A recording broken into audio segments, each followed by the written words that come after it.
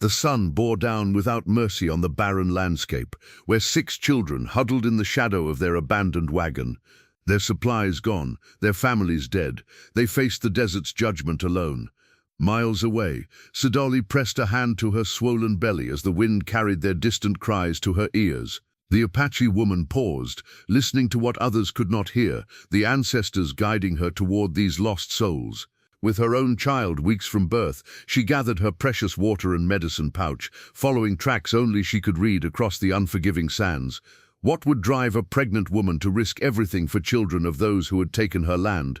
Before we jump back in, tell us where you're tuning in from, and if this story touches you, make sure you're subscribed because tomorrow I've saved something extra special for you. Samuel clutched his father's pocket watch, the metal scorching against his palm in the midday heat. 12 years old, and suddenly, the eldest of their diminished party, he surveyed the 5 pairs of eyes that looked to him for salvation. The empty water canteen hung heavy at his side, a weight of responsibility rather than sustenance. "We need to keep moving," he said, his voice cracking with thirst. "The others can't be more than a day ahead." Mary, 11 and already possessed of her mother's practicality, shook her head. "Samuel, look at Thomas. He can't walk another mile." The 7-year-old boy sat slumped against the wagon wheel, his spectacles sliding down his sweat-slicked nose. The book of plant illustrations he refused to abandon lay open on his lap, pages curling in the heat. "I'm fine," Thomas whispered, though his cracked lips and sunken eyes told a different story. The twins, Eliza and Emma, 9 years old and identical down to the freckles across their noses, huddled together whispering in their secret language. They had been doing so since watching their mother's burial 3 days prior, retreating into a world only they could access. Benjamin, barely 5, hadn't spoken a word since the fever took his parents 2 weeks ago. He sat tracing patterns in the sand, his small fingers leaving trails like desert snakes. 6 children alone in the vastness of the Arizona Territory, 1873. Their wagon train had been 50 strong when it left St. Louis, but dysentery and typhoid had whittled their numbers with each passing mile. When the decision came to press forward or wait for the sick to recover, the wagon master hadn't hesitated. The dead were buried, the dying left behind, and the strong continued west. "We were supposed to catch up," Samuel muttered, more to himself than the others. "They said they'd wait at the next water." Mary squeezed his arm. "They're not waiting, Samuel, they're not coming back." The harsh truth hung between them like the buzzards circling overhead. Samuel stared at the pocket watch, its hands frozen at 10:17. He'd wound it faithfully every night until yesterday, when the grim reality of their situation had finally settled in his bones. "We have maybe a cup of water left," Mary continued. "Thomas needs it most." "We all need it," Samuel countered, though he knew she was right. The twins broke from their private communion. "We saw flowers," Eliza said, pointing north. "Where there's flowers, there's water," Emma finished. Samuel squinted in the direction they indicated, seeing nothing but shimmering heat waves and endless desert scrub. But the twins had always noticed things others missed. "How far?" They shrugged in unison. "We just saw them. It could be a mirage. It could be their young minds manufacturing hope where none existed. But what choice did they have? "All right," Samuel decided. "We'll head that way. Thomas, can you stand?" The boy nodded weakly. Mary helped him up while Samuel lifted Benjamin onto his back, the child's arms wrapped around his neck, too light, too fragile. They abandoned the wagon that had been their last connection to the life they'd known. Mary distributed the final water, each child receiving barely a thimbleful, except Thomas, who got a few precious drops more. Samuel pretended not to notice when Mary took none for herself. As they walked, Samuel felt the weight of the empty canteen knocking against his thigh with each step, a hollow reminder of promises unkept and the precariousness of their survival. The desert stretched before them, indifferent to their plight, vast and unforgiving under the merciless sun. Sidalí knelt beside a creosote bush, her fingers working with practiced efficiency despite her swollen belly. The medicine pouch at her waist was already heavy with desert bounty, brittle bush for pain, mallow for inflammation, desert willow bark for fever. She had been the tribe's healer since her 20th summer, now 8 years past, following in her grandmother's footsteps. "You are restless today, little one," she murmured in Apache, pressing a hand against the child within her. 7 moons had passed since conception, and the baby kicked with the strength of its father, Nastus, a respected warrior and her husband of 3 years. The wind shifted, bringing with it something that made her pause, a sound so faint it might have been imagination. Crying, children crying. Sidalí closed her eyes, listening as her grandmother had taught her. The ancestors often spoke through the wind, bringing warnings or guidance. This was different. These were physical voices carried from somewhere to the south, where the white settlers' trails cut through Nendi land. She gathered her herbs and stood, one hand supporting her lower back. The voices pulled at her, a thread of need woven into the desert air. Her people had suffered greatly at the hands of the White Eyes, their lands shrinking, their hunting grounds disappearing. Nastas himself bore scars from encounters with blue-coated soldiers, yet the cries tugged at something deeper than tribal memory. When she returned to the camp, the elders were gathered around the morning fire. Her grandmother, Ishkene, looked up sharply as Sidalí approached. "You have heard something," the old woman stated. It wasn't a question. Sidalí nodded, setting down her medicine pouch. "Children, lost ones, to the south." The tribal chief Dine frowned. "White children, the wind does not say, but they come from the settler trail." Murmurs rippled through the gathering. Nastas, seated beside Dine, watched her with concerned eyes. "The White Eyes bring death wherever they go," one elder said. "Let them find their own lost ones." Ishkene studied her granddaughter. "Yet you wish to go to them." Sidalí touched her medicine pouch. "I am Sidalí, she who brings life. The ancestors have put these cries in my ears for a reason. You carry our future," Nastas said, rising to join her.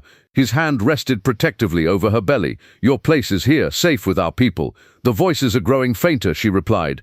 "They will not survive another day without water." "Why should we care?" another elder asked. "Their kind would not stop for our children." Sidalí removed the eagle feather her grandmother had given her for protection, running it between her fingers. "Because we are not them." Silence fell over the gathering. Even those most bitter against the white settlers could not argue with her simple truth. "I will return before the full moon," she promised. "The birth is still weeks away." Nastas searched her face, knowing the stubborn set of her jaw. "Then I will go with you." "No," she said firmly. "The hunting party needs you. Our people must eat." After much debate, reluctant permission was granted. Sidalí prepared quickly, filling water skins and gathering additional medicines. As she worked, Nastas approached with provisions of dried meat and corn. "You see something in this that we do not," he said quietly. Sidalí nodded. "The ancestors would not guide me to these children without purpose." Before departing, she visited Ishkene's dwelling. The old woman was grinding herbs with a stone mortar. "You walk between worlds, granddaughter," Ishkene said without looking up. "Be cautious where you step. Will you watch for me in the smoke?" The old woman nodded, finally meeting her eyes. "Every night until you return." With the eagle feather secured in her hair and her medicine pouch against her heart, Sidalí set out alone into the desert, following cries only she could hear. By midday, Samuel knew he had made a terrible mistake. The twins' flowers had been desert mirages, shimmering illusions born of desperation and heat. Thomas could barely walk now, leaning heavily against Mary. Benjamin had grown listless on Samuel's back, his small body burning with fever. "We need to find shelter," Mary said, her voice hoarse. "The sun will kill us before thirst does." Samuel nodded, squinting at the horizon. "I'll scout ahead. There might be a wash or outcropping." "Don't go far," Mary warned. Reluctantly setting Benjamin down in the twins' care, Samuel trudged forward alone. Each step felt like wading through molasses, his legs laden, his mind clouding. His father had taught him that a man provides, protects. What kind of man was he, leading children to die in the desert? A sudden gust of wind brought dust, stinging his eyes. In the distance, darker clouds gathered. A dust storm was brewing, the final cruelty. "We need to go back," he muttered to himself, turning around. But where were the others? The swirling dust had already reduced visibility. Panic surged through him. Mary, Emma, Eliza. Eliza felt the changing air pressure before she saw the storm clouds. Her people knew these storms as cleansers, dangerous but necessary. She spotted a rocky outcropping and quickened her pace, one hand on her belly, the other clutching the eagle feather. The footprints she'd been following grew fresher. Small footprints, children indeed, heading straight into the storm's path. The ancestors had not misled her. Reaching the rocks, she worked quickly, creating a shelter from the wind using her blanket. As the first dust clouds approached, she caught a glimpse of movement, a cluster of small figures huddled together, disoriented in the growing haze. "Here," she called out, forgetting they wouldn't understand her language. She whistled instead, the high, piercing sound carrying farther than words. Mary heard the whistle through the howling wind. "Did you hear that?" The twins nodded in unison, pointing toward a rocky area where something moved. Someone waved. "It could be Samuel," Thomas whispered hopefully. "Stay together," Mary instructed, gripping Benjamin's hand. They moved toward the signal, dust swirling around them like angry spirits. As they drew closer, Mary froze. Not Samuel, but a woman, an Indian woman with a swollen belly, beckoning urgently from beneath a makeshift shelter. "We can't," Eliza whispered, terrified. "We'll die out here," Mary answered, making her decision. "Come on." Sidalí guided the children under her shelter, just as the storm hit full force. 4 small ones, but weren't there tracks for more? Their wide eyes stared at her in fear and wonder as dust devils danced around their fragile haven. The oldest girl spoke, gesturing frantically, pointing outward. Sidalí understood immediately. Someone was missing. She touched her eagle feather, praying for guidance, then secured the blanket and stepped back into the storm. Samuel stumbled blindly, arm raised against the stinging sand. He'd circled back but found no sign of the others. His lungs burned with each breath. Was this how it would end? Another pile of bones in the vast desert, never to reach California's promised land.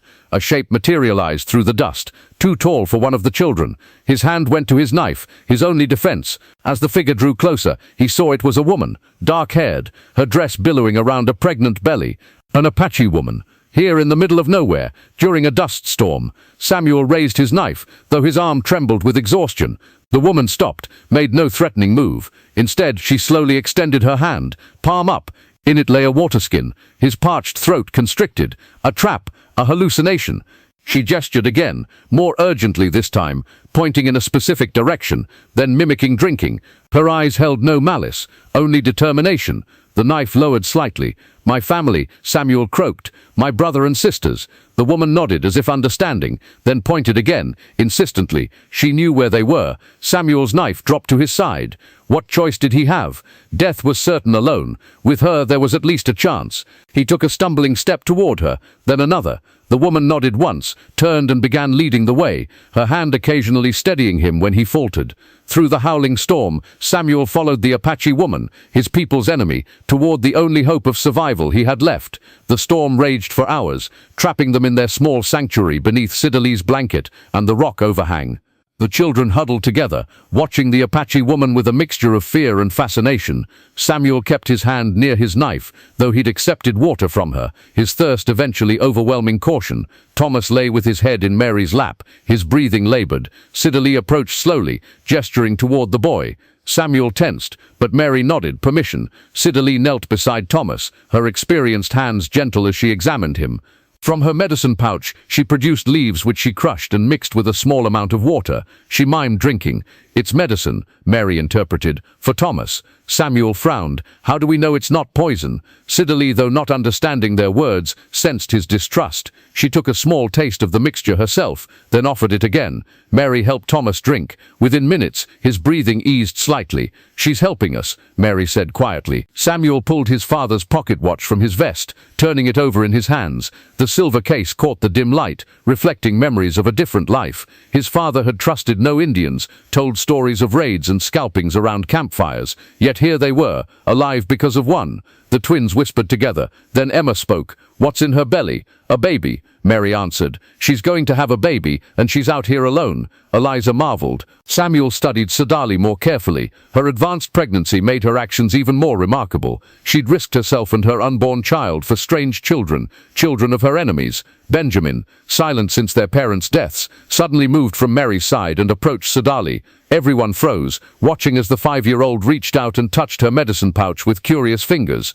Instead of pulling away, Sidalí smiled and opened the pouch, showing him the contents: herbs, roots, small pouches of powders. Benjamin's eyes widened with interest. She handed him a sprig of something fragrant, which he sniffed cautiously. "Look at that," Mary whispered. As the storm began to subside, Sidalí indicated they should rest. Night was falling, and the temperature dropping rapidly, the desert's harsh swing from scorching day to freezing night.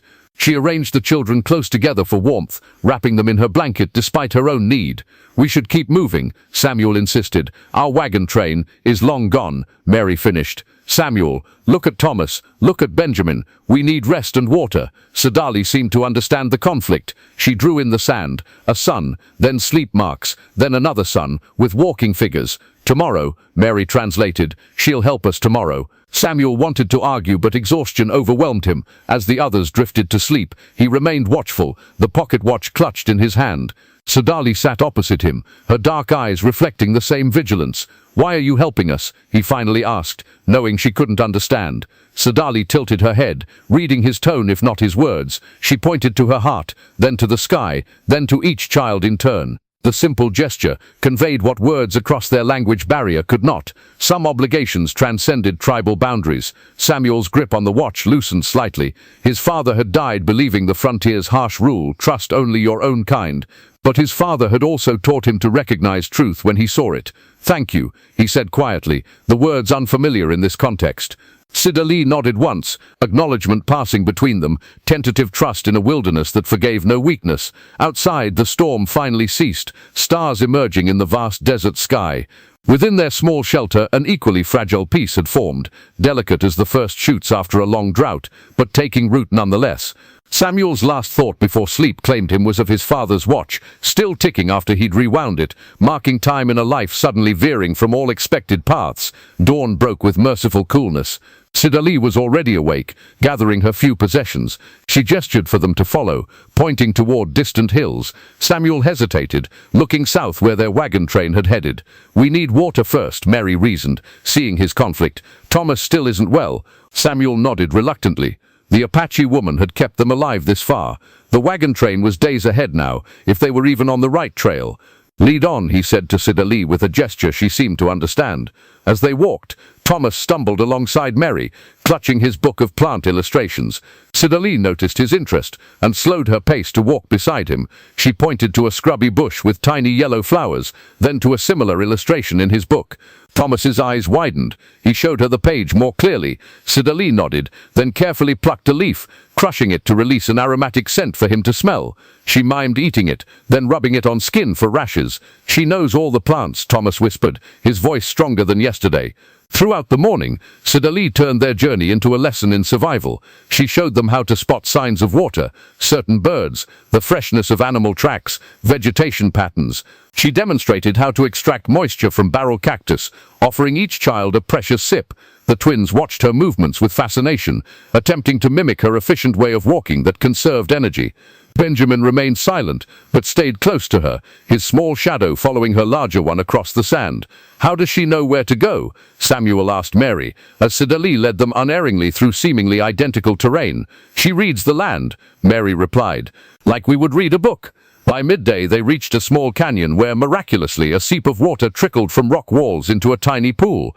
The children rushed forward, but Sidalí held up a hand in warning. She approached first, checking for signs of danger, animal tracks, water quality, before nodding permission. As they drank and refilled their canteen, Thomas sat beside Sidalí, opening his plant book to a blank page. He offered her his precious pencil. Understanding, she took it and began sketching plants not found in his book, adding simple drawings to indicate their uses: a stomach for digestive remedies, a head for headache cures. Samuel, watching this exchange, felt something shift in his perception. This woman wasn't just helping them survive, she was teaching them to live in a land his people called barren and hostile. The desert, through her eyes, was not an enemy, but a harsh provider for those who understood its ways. A sudden movement caused Samuel to tense. Sidalí had also noticed, her hand going protectively to her belly. In the distance, dust rose from what could only be riders. "Is it the wagon train?" Emma asked hopefully. Samuel shook his head. Wrong direction. He'd seen enough war parties in their journey west to recognize the signs. "Her people," Mary suggested. Sidalí was already gathering the children, urging them deeper into the canyon's shadows. She recognized the riders' pattern, Apache scouts, likely searching for her. Instead of signaling them, she concealed their presence, her decision immediate and firm. Samuel caught her eye, understanding dawning. "She's choosing us over her own people," he said quietly to Mary. "Why?" Before Mary could answer, a sharp sound cut the air. A rattlesnake, coiled near where Emma had been about to step. In one fluid motion, Sidalí pushed the girl aside and dispatched the snake with a stone, her movements precise despite her pregnancy. The children stared in awe as she calmly collected the dead snake, explaining through gestures how it would provide food and medicine. The danger she'd saved Emma from was clear to all. As the scout party passed in the distance, unaware of their presence, Samuel made a decision of his own. He approached Sidalí and with deliberate ceremony offered her his knife, a gesture of trust that transcended their language barrier. She accepted with equal solemnity, using it to prepare the snake, while Thomas eagerly added this new knowledge to his book. The pages now a bridge between two worlds. The hidden spring became their sanctuary for the next 2 days. Sidalí deemed it safe enough to establish a temporary camp, allowing Thomas to regain strength and the others to rest. The small canyon provided shade and concealment, with enough vegetation nearby to supplement their meager provisions. On the second morning, Sidalí collected clay from the streambed and showed the children how to fashion simple water bowls. Her skilled hands shaped the wet earth with practiced movements, the children watching intently before attempting their own. "Mine looks like a squashed toad," Emma giggled, holding up her lopsided creation. "It will hold water just the same," Mary encouraged, her own bowl taking shape with surprising deftness. Sidalí nodded approval, demonstrating how to smooth the edges with dampened fingers. She set the finished vessels in the sun to harden, explaining through gestures how they would bake them in the fire later. Thomas had recovered enough to sit beside her, his color improved. "How do you say water in your language?" he asked, pointing to the spring. Sidalí understood. "Tu," she answered, then touched the clay. "Wesh." Mary began collecting the Apache words, repeating them carefully. By midday she could name a dozen objects, much to Sidalí's evident pleasure. The twins quickly followed suit, their facility with languages enabling them to mimic the unfamiliar sounds accurately. While the clay dried, Sidalí took Samuel to search for animal tracks. She showed him how different prints told stories, which animals had passed, how recently, whether they were hunting or hunted. Samuel absorbed the knowledge eagerly, realizing how blind he'd been to the desert's subtle language. "There," he said, pointing to faint impressions in the sand that she'd been teaching him to recognize. "Deer." Sidalí smiled and nodded. "Dean," she said, mimicking antlers above her head. She indicated the tracks were fresh, heading toward the spring. With a series of gestures, she outlined a hunting plan, suggesting they could set up near the water at dusk. As they returned to camp, Samuel noticed something that made him pause, a set of boot prints, not moccasins. Settlers had passed nearby, perhaps a scouting party from the wagon train. His heart quickened. Should he follow, try to rejoin his people? Sidalí saw his discovery, and the conflict on his face. She waited, saying nothing, letting him choose. Back at camp, Benjamin sat with the twins, who were teaching him a clapping game. The boy still hadn't spoken, but his eyes had lost their vacant stare. Thomas and Mary tended the fire where snake meat simmered with wild onions. Sidalí had found family. They had become a strange makeshift family. Samuel covered the boot prints with his foot. "I found deer tracks," he announced instead. "Sidalí thinks we can hunt them tonight." That evening, they fired the clay vessels in the coals, transforming them from mud to pottery. As the bowls cooled, Sidalí filled one with water and ceremonially offered it to each child in turn. When Benjamin accepted his drink, he looked directly into her eyes and whispered, "Thank you." Mary gasped softly, the first words he'd spoken since watching his parents die. Sidalí seemed to understand the significance. She placed her hand gently on the boy's head, murmuring words in Apache that needed no translation. A blessing, a welcome back to the world of the living. Later, as the children slept, Samuel noticed Sidalí wince and press a hand to her lower back. Her pregnancy was advancing, the baby visibly moving beneath her dress. How long before her time came? What would they do then? Mary had noticed too. She moved to sit beside the Apache woman, hesitantly placing a hand on her belly. After Sidalí nodded permission, the baby kicked. Mary exclaimed softly when she felt movement. Sidalí smiled, taking Mary's hand and moving it to where the sensation was strongest. A bridge formed between them, two females separated by culture but connected by the timeless experience of bringing forth life. Samuel watched from across the fire, turning one of the clay bowls in his hands. These vessels that would carry water, the desert's most precious gift, had been created from the very earth that had nearly claimed their lives. Like the children themselves, transformed by Sidalí's knowledge from desperate survivors into students of the land.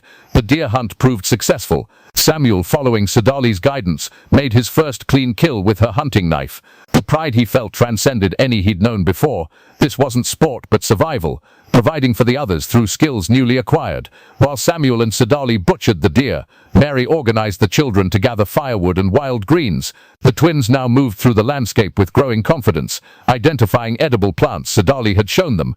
Even Benjamin helped, collecting kindling with solemn purpose. That night they feasted. Sidalí showed them how to preserve the remaining meat, wasting nothing. From the deer hide she began crafting moccasins to replace their deteriorating shoes. "Your boots aren't made for this land," she explained through through Mary's improving translation. Too heavy, too hot. As Sidalí worked the hide with skilled fingers, Thomas sat beside her, absorbing every detail. The boy who had been closest to death now thrived in the desert environment, his natural intelligence finding purpose in Sidalí's teachings. The plant juice helps soften the leather, he explained to the others, having watched Sidalí prepare it earlier, and keeps bugs from eating it. Samuel observed the transformation in all of them. Their skin had darkened under the sun, their movements become more efficient, their eyes more attuned to the landscape's subtle variations. The twins had adopted Sidalí's way of braiding hair to keep cool, decorated with small desert flowers. Mary had begun wearing her dress tucked up in the Apache style for easier movement. Benjamin followed Sidalí like a shadow, watching her hands as she worked, attempting to mimic her precise movements. They were becoming something neither fully of their original world, nor of Sidalí's, something new, shaped by the desert and her teachings. On the fourth morning, Sidalí winced as she rose, one hand pressing against her lower back. Mary noticed immediately. "The baby?" she asked in halting Apache. Sidalí nodded. "Soon, but not today." She continued working on the moccasins, refusing to rest despite Mary's concern. By afternoon, she had completed 2 pairs, one for Thomas and one for Benjamin, whose boots had been in worst condition. The children marveled at the soft, flexible footwear, decorated with simple designs. Sidalí had taught the twins to stitch. "They feel like wearing nothing at all," Thomas exclaimed, walking in circles to test them. "But they protect better than your boots did," Sidalí explained through Mary. "The land will not hurt you if you learn to walk with it, not against it." That night, Benjamin had a nightmare. His cries woke the camp, his small body trembling as memories of his parents' death surfaced from whatever depths he'd buried them in. Sidalí gathered him into her arms, singing a low, melodic Apache lullaby. She sprinkled something from her medicine pouch into the fire, filling the air with a calming aroma. "She's conducting a healing ceremony," Mary whispered to Samuel, "for his spirit." Samuel watched as Benjamin gradually stilled, his sobs quieting under Sidalí's gentle ministrations. She drew symbols in the earth around him, explaining to Mary that they would keep bad dreams away. "My mother would have said that's superstition," Samuel murmured. Mary gave him a thoughtful look. "Is it?" He's calmer now. The next morning, Samuel rose early and hiked to a ridge overlooking their canyon. From this vantage point, he could see for miles. In the far distance, barely visible, lay the trail their wagon train had followed. He found himself searching not for signs of settlers, but for signs of Apache scouts. Sidalí had mentioned her husband would be looking for her. Her time was growing close. She needed to return to her people. The thought of continuing without her twisted something inside him. These past days had reshaped his understanding of the world. The desert was no longer an enemy to be conquered, but a harsh teacher demanding respect. And Sidalí was no savage, as his father would have claimed, but a woman of profound wisdom and compassion. As he turned to descend, Samuel noticed fresh tracks, not deer or rabbit, but men, settlers by their boot prints, moving purposefully toward the canyon. His canyon, their sanctuary. Samuel hurried back to camp, mind racing. The boot prints had been fresh. Whoever made them would arrive by nightfall. After explaining what he'd seen, a council formed around the morning fire. "Could it be our wagon train returned for us?" Emma asked hopefully. Samuel shook his head. "Wrong direction. This is a smaller party, maybe 5 or 6 men. Trappers," Mary suggested, "or miners." Sidalí listened through Mary's translations, her expression growing concerned. She'd been preparing to move on today regardless, having taught them enough to reach the next water source.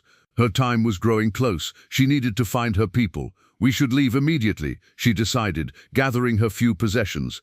As they packed, Thomas discovered something that changed everything. A broken arrow, half buried near their perimeter, its shaft splintered and stained dark with what could only be blood. "Samuel," he called, voice trembling. "Look." Samuel examined the arrow, then searched the area more carefully. Now that he knew what to look for, he found more signs, scuff marks from a struggle, another bloodstain on a rock. "Someone was hurt here," he told the others. "Recently." Sidalí took the broken arrow, her face paling. It bore markings of her tribe. The peaceful mood shattered. They broke camp quickly, Sidalí leading them deeper into the canyon, rather than toward open desert. Her movements had become slower, her hand often pressing against her belly. Mary stayed close beside her, concern evident. By midday they'd reached a defensible position, a cave-like overhang, with a clear view of the approach. Sidalí eased herself down, breathing heavily. "The baby comes," she admitted when Mary asked. "But not yet. Soon." Samuel and Thomas scouted ahead while the others made Sidalí comfortable. They hadn't gone far when they heard voices, men speaking English. They crept closer, hidden behind rocks. Below, in a small clearing, 5 men had made camp. 4 wore the rough clothes of frontier settlers, but the 5th, Samuel's heart nearly stopped. The wagon master, Clifton. The very man who had left them behind when their parents fell ill. "We should have found them by now," one man was saying. "You sure this is where you left them, Clifton?" "Near enough," the wagon master replied. "But that was weeks ago. Doubt there's anything left but bones." "Then why are we out here? The others are waiting at the fort." "Because," Clifton said grimly, "Mason's boy swore he saw Indian smoke signals from this direction. After what happened at the Apache camp, we can't risk survivors reporting to the cavalry." Samuel's blood ran cold. What had happened at an Apache camp? A 6th man emerged from behind rocks, dragging someone. A wounded man in settler's clothing lay at Clifton's feet. "Found him about a mile south," the newcomer reported. "Shot through the shoulder. Delirious." The injured man's eyes fluttered open. "The children," he whispered. "I saw children." "What children?" Clifton demanded, kneeling beside him. "With an Indian woman, heavy with child, helped me." His voice faded as consciousness slipped away. Clifton stood, face hardening. "They're alive, and with an Apache." He turned to his men. "Find them. The woman too. No witnesses." Samuel retreated silently with Thomas. His mind reeled with implications. Clifton didn't want them rescued. He wanted them silenced. And something had happened at an Apache camp, something these men feared being reported. Back at their hideout, he relayed what they'd overheard. Sidalí's face showed no surprise, only a deep sadness as Mary translated. "They attacked my village 3 days ago," she said quietly. "A raid at dawn. That is why the scouts searched so desperately." She winced as a contraction gripped her. "My husband, my people." "Your husband might be alive," Mary said, taking her hand. "The scouts we saw earlier were searching, not burying their dead." Sidalí nodded, but pain clouded her features. Whether from contractions or worry, Samuel couldn't tell. "We need to move," he decided. "They'll find our trail soon." "I cannot travel far," Sidalí admitted. "The baby comes faster than I thought." Samuel looked at the others, 5 children and a laboring woman, against armed men with murder in mind. The odds seemed impossible. But then, their survival had seemed impossible days ago, before Sidalí found them. "Then we make our stand here," he said, fingers tightening around the broken arrow. Evidence of violence that had already reached them, harbinger of more to come. Samuel assessed their precarious shelter with new eyes, not as sanctuary but as fortress. The overhang provided cover from above, while tumbled boulders created a natural barrier on one side. Only the front approach lay exposed. "Thomas, gather every sharp stone you can find," he instructed. "Twins, collect all our water vessels. Mary, I'm staying with Sidalí," she said firmly, already arranging their blankets into a makeshift birthing bed. Benjamin hovered nearby, wide-eyed but steady. Sidalí breathed through contractions, now coming regularly. Between pains, she guided Mary in preparations, showing her how to fold the deer hide into a cradleboard for the coming baby. "Your people," Samuel asked her. "How would they find you?" Sidalí considered, then pointed to the eagle feather in her hair. "Signal," she managed in English. "Fire smoke." Samuel understood immediately. "Thomas, we need a controlled fire, one that makes smoke but not too much flame." The boy nodded, already gathering specific plants Sidalí had taught him would create dense smoke. "Green branches," he added, "and these leaves," while Thomas prepared the signal fire on a ledge visible from distance but concealed from the canyon floor. Samuel and the twins created simple traps along the approach, trip lines of braided plant fiber, unstable rock piles ready to fall. "Will her husband come?" Eliza whispered as they worked. Samuel looked toward the distant ridgelines, searching for movement. "I hope so." A cry from inside sent them rushing back. Sidalí gripped Mary's hand through another contraction, her face shining with sweat. "Getting closer," Mary reported. "She says first babies often take long hours, but something feels different. The danger," Samuel guessed. "It's making things happen faster." Benjamin appeared at his side, tugging his sleeve and pointing urgently toward the canyon entrance. Samuel followed his gaze, dust rising. The men were coming. "Light the signal," he ordered Thomas. Now, as smoke began to rise from their carefully constructed fire, Samuel made his most difficult decision. He approached Sidalí, kneeling beside her laboring form. "I'm going to meet them," he said, knowing she wouldn't understand his words, but hoping she'd grasp his intent. "Draw them away," Mary translated, her voice breaking. "Samuel, no, they'll kill you."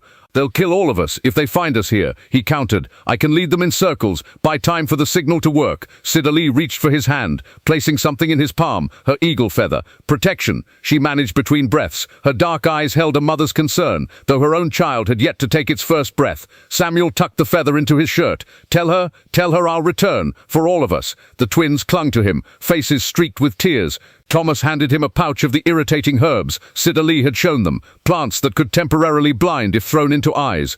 Benjamin, silent but resolute, pressed his small hunting knife into Samuel's hand, the one Sidalí had helped him carve from deer bone. I'll be back, Samuel promised them all, though he had no right to make such a vow. He slipped away, circling wide to approach the men from a different direction than their hideout. The stolen moments of Sidalí's teaching now guided his every step, how to move without disturbing stones, how to leave false trails, how to use terrain to amplify or muffle sound. From his vantage point, he could see Clifton and his men approaching cautiously, rifles ready. Farther in the distance, on another ridge, something caught his eye, movement too disciplined to be wildlife. Figures moving in formation, following the smoke signal. Apache warriors, coming fast but not fast enough. Samuel picked up a stone and hurled it against a canyon wall, the sound echoing sharply. Then another, in a different direction. Confusion was his only weapon now. Over there, one of Clifton's men shouted, turning toward the sound. Samuel steeled himself, the eagle feather a talisman against his chest. He was 12 years old, facing armed men intent on murder. But he was no longer the frightened boy from the wagon train. He was a child of two worlds now, with the courage of both flowing through his veins. Taking a deep breath, he revealed himself on a ridge just long enough to be seen before ducking away. The bait was set. The chase began. Back at the overhang, Mary wiped Sidalí's brow with a cloth dampened from their precious water supply. The Apache woman's labor had intensified, her breaths coming in controlled pants as she had shown Mary. The baby is coming faster than she expected, Mary told the others. First babies usually take longer. Thomas maintained the signal fire, carefully feeding it to produce steady smoke without betraying their exact position. The twins positioned themselves as lookouts, one watching the canyon where Samuel had disappeared, the other scanning the ridgelines for approaching Apache warriors.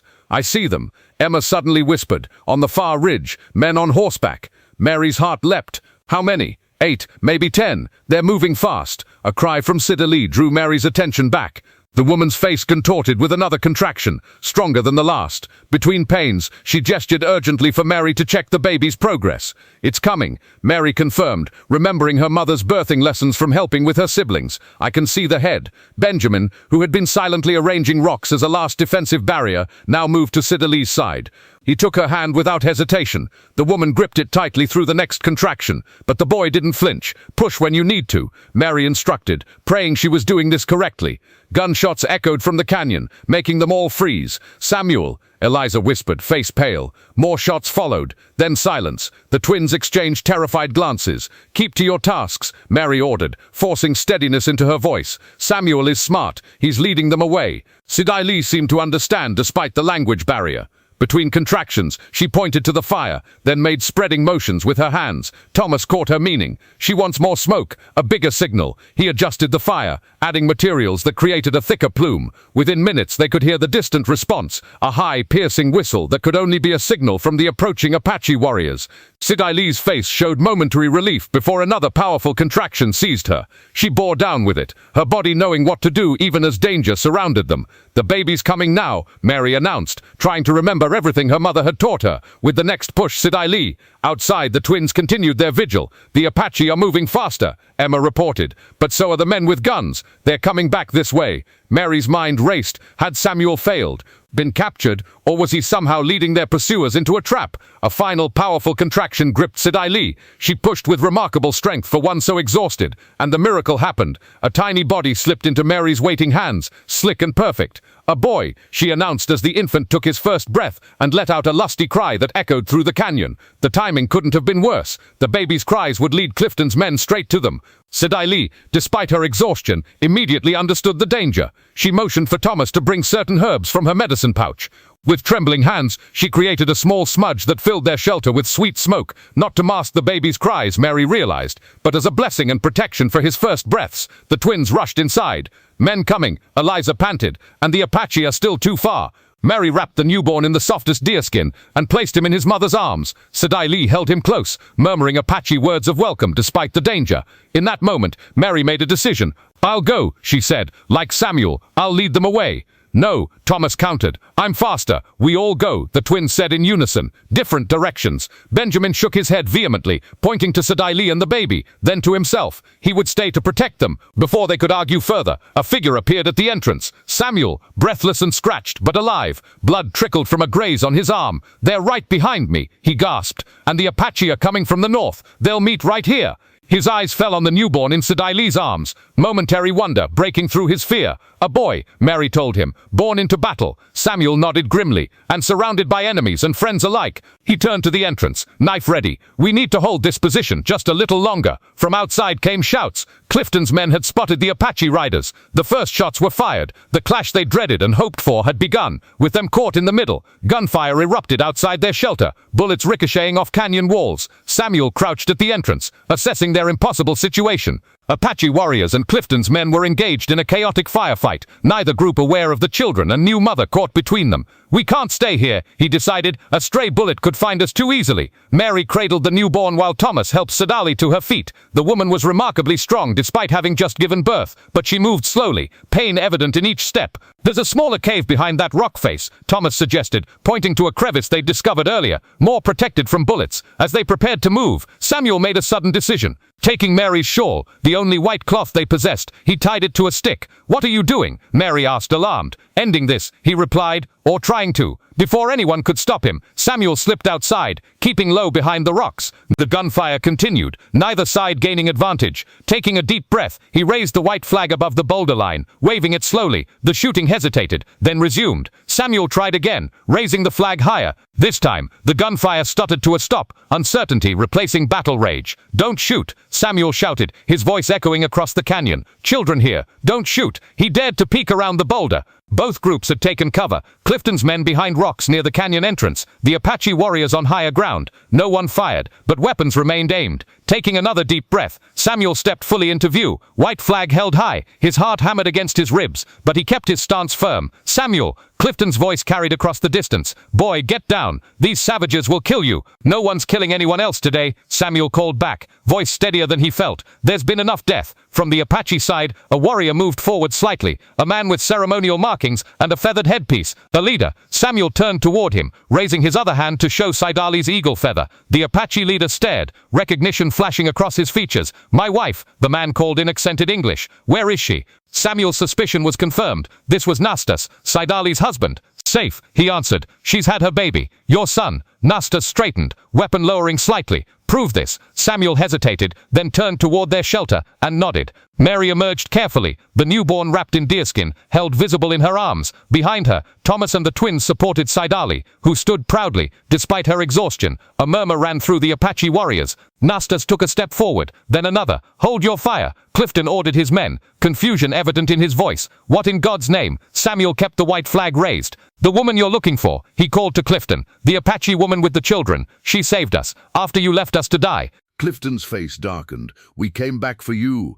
"To silence us," Samuel countered. "We heard your plans." A ripple of unease passed through Clifton's men. One lowered his rifle slightly. "He's lying," Clifton insisted. "These savages have turned the boy against his own kind." "My kind." Samuel's voice cracked with emotion. "My kind doesn't abandon children to die in the desert. My kind doesn't attack villages." He turned to include both groups in his words.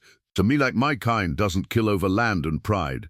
Nastas had moved closer during this exchange, his eyes fixed on his wife and newborn son. Sidalí straightened, meeting his gaze across the battlefield. Something passed between them, recognition, relief, love. "Let them go," Samuel said to Clifton. "Let the Apache take their woman and child and leave in peace." "And what about you?" Clifton demanded. "You coming back to the wagon train after living with these heathens?" Samuel looked back at Mary, Thomas, the twins, and Benjamin, the family forged in desperation and survival. Then to Sidalí, who had given them life twice over, first in the desert and now as a shield between angry men with guns. "We're not going anywhere with you," he answered, voice firm despite his youth. "Not after what you've done." One of Clifton's men stepped forward, the wagon train's doctor. "Clifton, the boy's right. This has gone too far. We came back for survivors, not to..." He couldn't finish the sentence. These children witnessed a miracle today, Samuel continued, gaining confidence. A new life born between two worlds. Isn't that worth more than your pride? The white flag fluttered in the desert breeze, a fragile symbol of the peace hanging in balance between deadly weapons and ancient hatreds. For several heartbeats no one moved. The tableau held. Samuel with his white flag, Sidalí supported by the children. Two groups of armed men frozen in a moment of indecision. The silence broke with the newborn's cry, high and insistent, echoing off canyon walls. The sound seemed to reach something fundamental in both groups of men, weapons lowered, if only slightly. The child needs proper care, the wagon train's doctor said, breaking from Clifton's side. Let me help. Nastas tensed, but Sidalí spoke softly in Apache. Though exhausted, she straightened and addressed both groups in halting English. Child brings two people together, she managed, her hand protectively cradling her son's head. Not more death. The doctor approached slowly, medical bag in hand, no weapon visible. Samuel stood his ground beside Sidalí, ready to intervene if necessary. I'm a physician, the doctor explained to Nastas. I can check the mother and child. After a moment's hesitation, Nastas nodded once. The doctor knelt beside Sidalí, his movements gentle and professional as he examined both mother and infant. They're doing remarkably well, he announced, genuine admiration in his voice. But they need rest, clean water, proper shelter. Clifton stepped forward, his rifle still ready but pointed downward. Dr. Matthews, get back here.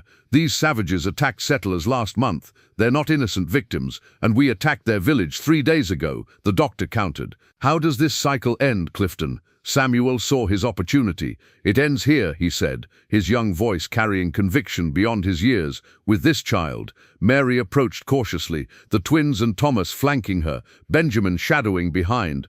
The baby needs a blanket, she said, something better than deerskin for his first days. The doctor reached into his bag and produced a clean cotton cloth. One of the Apache warriors withdrew a soft rabbit pelt from his pouch. Both men stepped forward, offering these gifts to Sidalí. The gesture, small but profound, seemed to shift something in the atmosphere. The newborn's first blanket became a patchwork of both worlds, settler cotton and Apache fur. Nastas moved closer to his wife, meeting Samuel's eyes with a mixture of wariness and respect. You protected them, he stated rather than asked. Samuel nodded. She saved us first. Understanding passed between them, the boy and the warrior, linked by their care for the same woman and child. Clifton, the doctor called. These children were supposed to be in our care. Instead, this Apache woman did what we failed to do. At the very least, we owe her safe passage. Another of Clifton's men lowered his weapon entirely. My brother was on that wagon train, he said. He'd want his nieces looked after, not caught in crossfire. Clifton found himself increasingly isolated as his men recognized the madness of shooting at children. His jaw worked as he struggled with his options. The cavalry will hear about the Apache raid, he finally said, a last attempt to assert control. And they'll hear about us attacking their village, the doctor replied, and abandoning our own. How will that reflect on your leadership? Samuel watched Clifton's resolve crumble. The man's shoulders sagged slightly, his rifle lowering completely. What do you propose? He asked the doctor. A truce, right here. We leave in peace. They leave in peace. Nastas conferred briefly with his warriors, then addressed them in English. We take my wife and son home. No more fighting today. The standoff gradually dissolved as weapons lowered on both sides.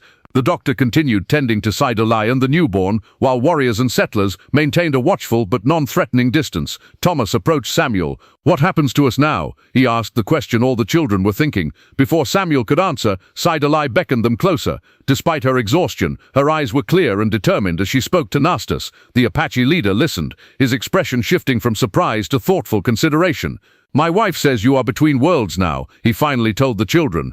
Not fully of your people, not of ours. She asks if you wish to learn both ways. What does that mean? Mary asked. It means, Samuel realized, we don't have to choose. We can be the bridge. Sidalí nodded, understanding his words if not their exact meaning. She held her newborn son up slightly. His name, she said in careful English, Natani, means bridge between. As the sun began its descent toward the canyon rim, an unexpected peace settled over the gathered group. Apache warriors and frontier settlers, children of both worlds and none, and a newborn whose first blanket sewn from materials offered by both sides symbolized the possibility that ancient hatreds might someday give way to something new.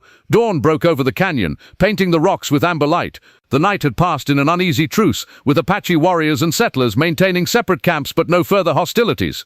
Sidalí and her newborn son rested under a shelter created from blankets contributed by both sides, the children keeping vigil nearby. As morning light strengthened, leaders from both groups gathered in the neutral ground between camps. Samuel and Mary represented the children, standing tall despite their youth. "We ride for our village before midday," Nastas announced, his arm protectively around Sidalí, who held baby Natani wrapped in his symbolic first blanket. Dr. Matthews nodded. "We'll return to the fort. The wagon train continues to California in a week." The unspoken question hung in the air. "What of the children?" Samuel cleared his throat. "We've discussed it," he said, indicating his siblings of circumstance. "We don't belong solely to either world anymore." Clifton frowned. "Your white children. Your place is with your own kind. Our kind is more complicated now," Mary countered with quiet dignity. "Sidalí taught us to survive in a land your wagon train said would kill us. We won't forget those lessons." Nasta studied them thoughtfully. "What do you propose?" Samuel withdrew from his pocket a piece of hide on which Thomas had drawn a map. Mountains, rivers, the fort, the Apache village and trails connecting them.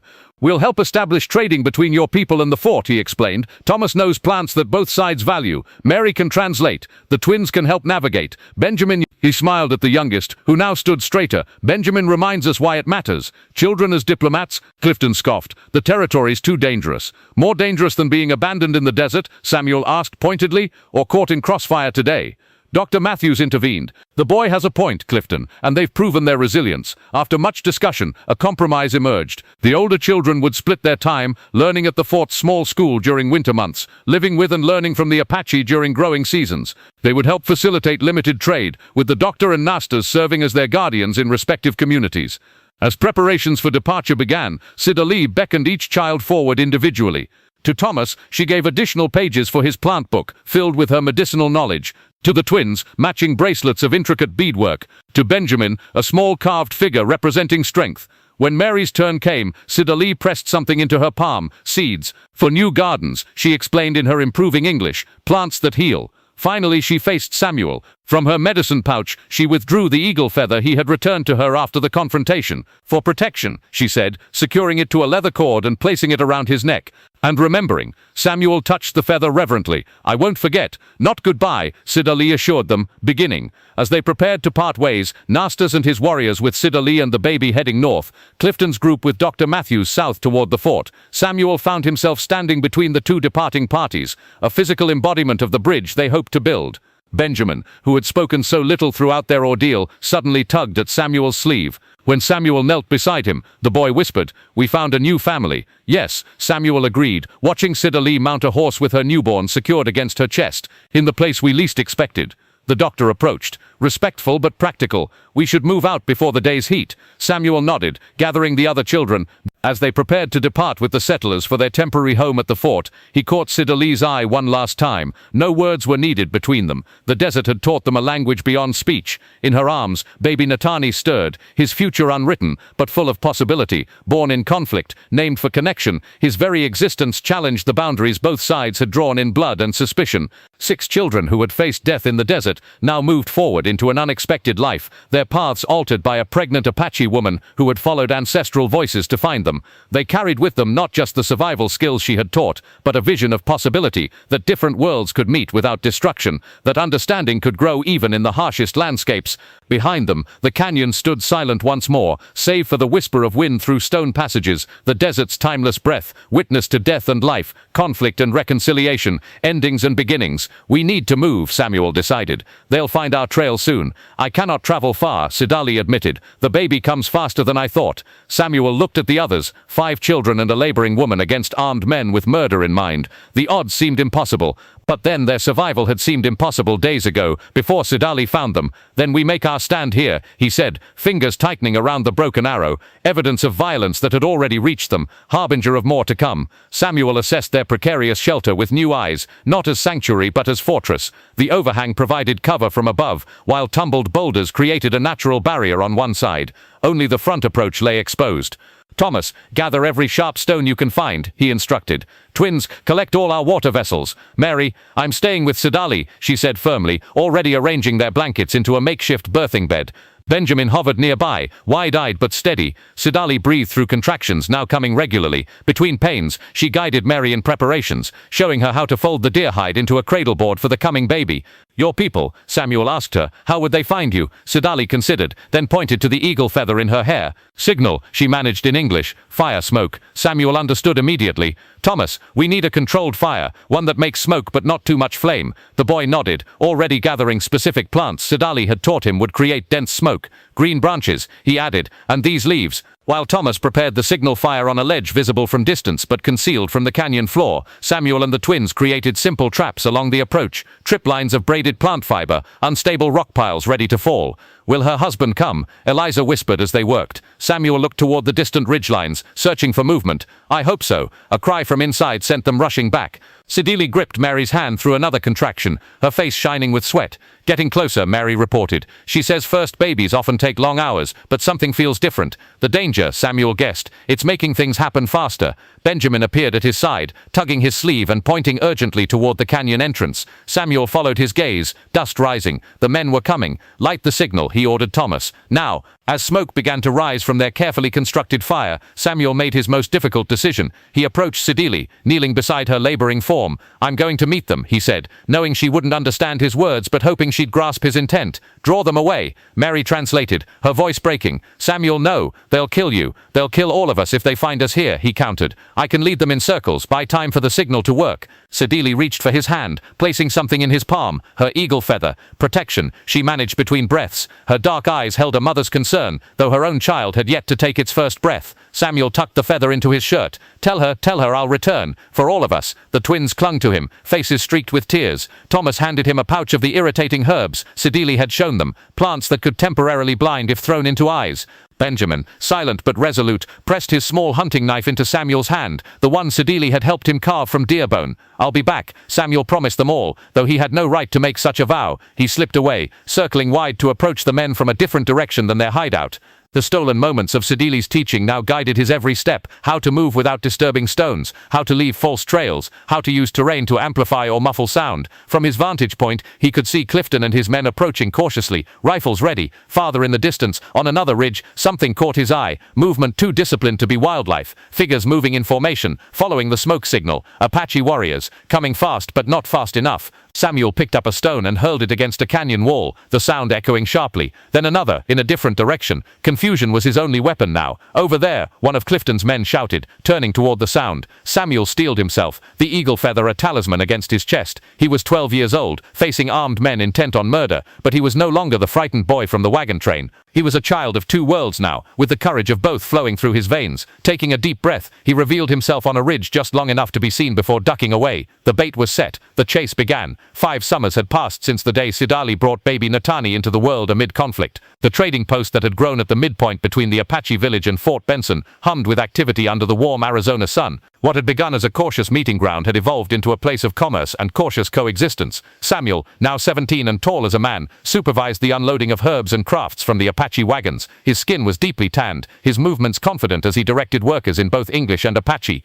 The eagle feather Sidalí had given him still hung around his neck, now mounted in a silver setting crafted by an Apache silversmith. "The drought has affected the yucca harvest," he explained to the fort's doctor who had become his mentor over the years, but Sidalí found substitutes with similar properties. Dr. Matthews nodded, inspecting the bundles. "Her knowledge continues to astound me. Is she coming herself next month?" "Yes, with Natani. The boy refuses to stay behind now." Samuel smiled fondly, thinking of his godson, a sturdy 5-year-old who straddled two worlds with the natural ease of one born between them. Inside the trading post's main building, Mary, 16 now and composed beyond her years, conducted negotiations with military representatives. Her facility with languages had developed remarkably. She now spoke not only Apache but 3 other indigenous tongues, making her invaluable as both translator and mediator. "The Navajo delegation arrives tomorrow," she informed Samuel when he entered. "They've heard about our success here." Success seemed too simple a word for what they had built. The path had not been easy. The first year after Natani's birth had been fraught with suspicion on both sides. Clifton had been court-martialed after the doctor's testimony about the unprovoked attack on the Apache village, but tensions remained high. It was Thomas who had provided the unexpected breakthrough. Now 12, his knowledge of medicinal plants had expanded under Sidalí's tutelage. When a fever swept through both the fort and the Apache village in the second year, his hybrid remedies, combining Sidalí's traditional herbs with the doctor's Western approaches, had saved countless lives on both sides. The twins, 14 now, had developed complementary skills. Eliza's talent for languages rivaled Mary's, while Emma showed remarkable aptitude for Apache crafts. They split their time between the fort's school and the village, bringing innovations from each culture to the other. Benjamin, the most transformed of all, spent most of his time with the Apache. At 10 years old, he moved between cultures with such natural fluidity that newcomers couldn't tell he hadn't been born to the tribe. His nightmares had faded, replaced by a quiet confidence learned from Nastas, who had become a second father to him. "Riders coming," called one of the lookouts, a young Apache man who had once been suspicious of any white presence in his territory. Samuel shaded his eyes, looking toward the dust cloud approaching from the direction of the village. He recognized the lead rider immediately, Nasta, now a respected leader among both his people and at the negotiating table with the territorial government. Beside him rode a smaller figure on a pony, Natani, his black hair gleaming in the sun, his posture already mimicking his father's proud bearing. Behind them came Sidalí, her medicine bag still at her side, though she now supervised a school of healing that combined traditions from both cultures. The sight of them brought a warmth to Samuel's chest that had nothing to do with the Arizona heat. The impossible family forged in the desert had expanded, creating ripples of change that continued to spread. "They're early," Mary said, coming to stand beside him. "Natani couldn't wait," Samuel replied with a smile. "He never can." As they approached, Natani spotted Samuel and Mary waiting. With a whoop of joy, he urged his pony ahead, racing toward the people who were neither blood relatives nor tribal members, yet as much his family as his birth parents. Behind him, Sidalí and Nastas exchanged a look of indulgent understanding. The world they had helped create was not perfect. Tensions still flared, prejudices still surfaced, but it was better than the one that had existed before a pregnant Apache woman followed children's cries on the wind. "Samuel," Natani called, sliding from his pony with the casual grace of a born rider. "I brought you something." In his small hands was a carved wooden figure, a child riding a horse. "He made it himself," Sidalí explained as she dismounted, "for the one who first carried him to safety." The celebration feast that evening brought together the extended family that destiny had created. Under a canopy of stars, Apache families and settlers who had chosen to remain near the trading post shared food and stories around communal fires. Children who knew no other way of life played games that blended traditions from both cultures. Samuel sat beside Sidalí, watching Natani proudly show Benjamin a new tracking technique Nastas had taught him. "Sometimes I forget how different things were before," he admitted, "how close we all came to dying in the desert."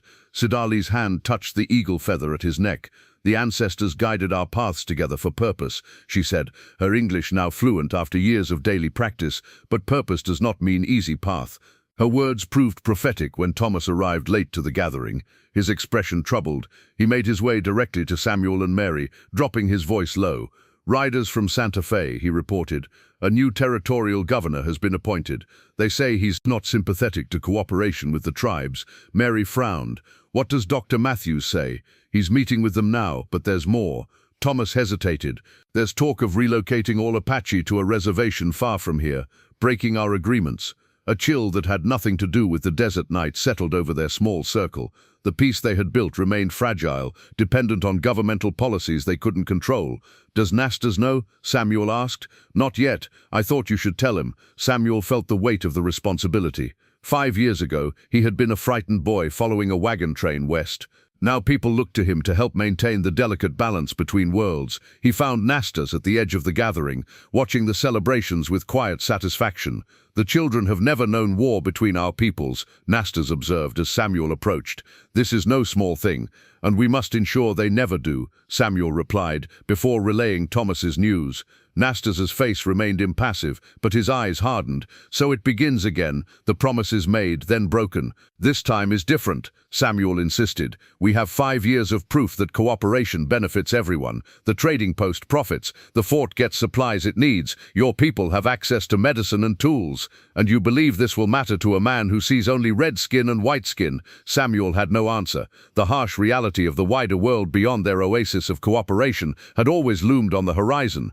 Later that night, an emergency council gathered in the trading post's main room. Dr. Matthews confirmed the rumors. The new governor was indeed hostile to what he called Indian coddling and had specifically mentioned their trading post as an example of misguided policy. He could arrive with soldiers within the month, the doctor concluded grimly. The room erupted in worried discussion. Some Apache representatives spoke of returning to the mountains, resuming the old ways of resistance. Some settlers suggested appealing to Washington. Amid the chaos, Mary suddenly stood. "We need to document everything," she announced with such authority that the room quieted. "Every successful trade, every case where our cooperation prevented violence, every patient Thomas and Sidalí saved with their combined medicines. And who in Santa Fe will read such things?" An Apache elder asked skeptically. "Not Santa Fe," Mary replied. "The Eastern newspapers.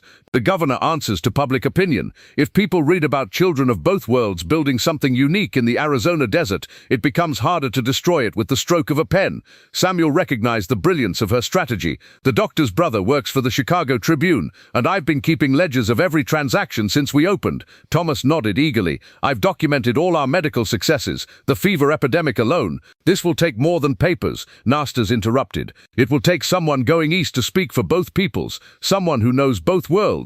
All eyes turned to Samuel and Mary. "You want us to go to Washington?" Samuel asked, understanding the implication. Sidalí, who had been silent during the discussion, finally spoke. "5 years ago, I followed children's cries across the desert. Now those children must carry our cries across a greater desert, the desert of ignorance." She removed a small leather pouch from around her neck and pressed it into Mary's hand. "Sacred herbs from our mountains. When you speak to those with power, burn these. The ancestors will guide your words." The weight of the medicine pouch in Mary's palm felt like the weight of their shared future, fragile but resilient, just like the peace they had built together in the shadow of ancient hatreds. 6 months later, a stagecoach rattled toward the trading post under the watchful gaze of sentries posted on the surrounding ridges. Word had traveled ahead. Samuel and Mary were returning from Washington. The entire community gathered to meet them, faces anxious with anticipation. Thomas, the twins, and Benjamin stood at the front with Sidalí, Nastas, and young Natani. Dr. Matthews represented the settlers, his medical bag never far from reach, even after all these years. When the coach finally arrived in a cloud of dust, Samuel emerged first, his formal Eastern clothes looking strangely out of place in the desert landscape. He helped Mary down, her own appearance similarly transformed by Eastern fashion. But their sun-darkened skin and the eagle feather still at Samuel's throat marked them as belonging to this place, regardless of their attire. For a moment no one spoke. Then Natani broke from his parents' side and ran forward. "Did you save our home?" the child asked with disarming directness. Samuel knelt to meet the boy's eyes. "We carried your story all the way to the president's advisors," he said, choosing his words carefully for the gathered crowd. "We showed them maps of our trading routes, ledgers of our commerce, records of lives saved through cooperation." Mary joined them, her expression revealing more caution. "The president has signed an executive order," she announced. "Our territory is to be a test case for a new policy. We have 2 years to prove that peaceful coexistence and mutual benefit can work between settlers and Apache." A murmur ran through the crowd, neither celebration nor dismay, but the measured response of people who had learned that promises from Washington came with conditions. "And after 2 years," Nastas asked, "if we succeed, other territories may follow our model," Samuel explained. "If we fail," he didn't need to finish. Everyone understood the stakes. "We didn't just rely on Washington," Mary added, reaching into her travel bag. She withdrew a stack of newspapers, the Chicago Tribune, New York Herald, even papers as far as London. They all published our story. She handed them around. Headlines about the desert miracle and children bridge divide between worlds. Illustrations depicted the trading post, Thomas treating patients of both cultures, the twins teaching in their language school. "The world is watching us now," Samuel said. "That gives us protection beyond any government order." That evening, a smaller circle gathered around Sidalí's fire. The original 6 children, now young adults and teenagers, along with Sidalí, Nastas, and Natani. The medicine pouch Mary had carried to Washington lay open, its herbs nearly depleted from the many meetings where she had burned them for wisdom. "I remembered something in Washington," Samuel said quietly, "something I hadn't thought about in years." "What?" Thomas asked. "The day we were abandoned by the wagon train, I was so angry, so certain we would die. But if they hadn't left us, we would never have met Sidalí," Mary finished. "Never learned to live with the land instead of fighting it. Never become who we are," added Emma. Sidalí smiled, her face lined now with 5 more years of desert sun. The ancestors see patterns we cannot, she said. What seems like ending becomes beginning. Natani, listening intently, picked up a stick and began drawing in the sand. A simple map showing the Apache village, the trading post, the fort, and finally Washington, all connected by a line. Like a circle, the boy said. Benjamin, now old enough to appreciate the journey that had brought them all together, nodded. A circle that started with your birth, he told Natani. No, Sidalí corrected gently. It started with death, the deaths that left these children alone in the desert. From death came new life, from abandonment came new family. Samuel touched the eagle feather at his throat, weathered but intact after all these years. And from hatred came understanding. As night deepened around them, stars emerged in the vast desert sky, the same stars that had witnessed 6 children huddled in the shadow of an abandoned wagon, and a pregnant Apache woman following their cries on the wind. The desert that had nearly claimed their lives had instead given them a purpose larger than any they could have imagined. Whatever comes, Mary said, looking around at the faces illuminated by firelight, we face it together, as we always have. Natani, ever the bridge between worlds, reached out to take Samuel's hand on one side and his father's on the other. The circle completed, connected by the bonds that neither distance nor politics nor time could sever.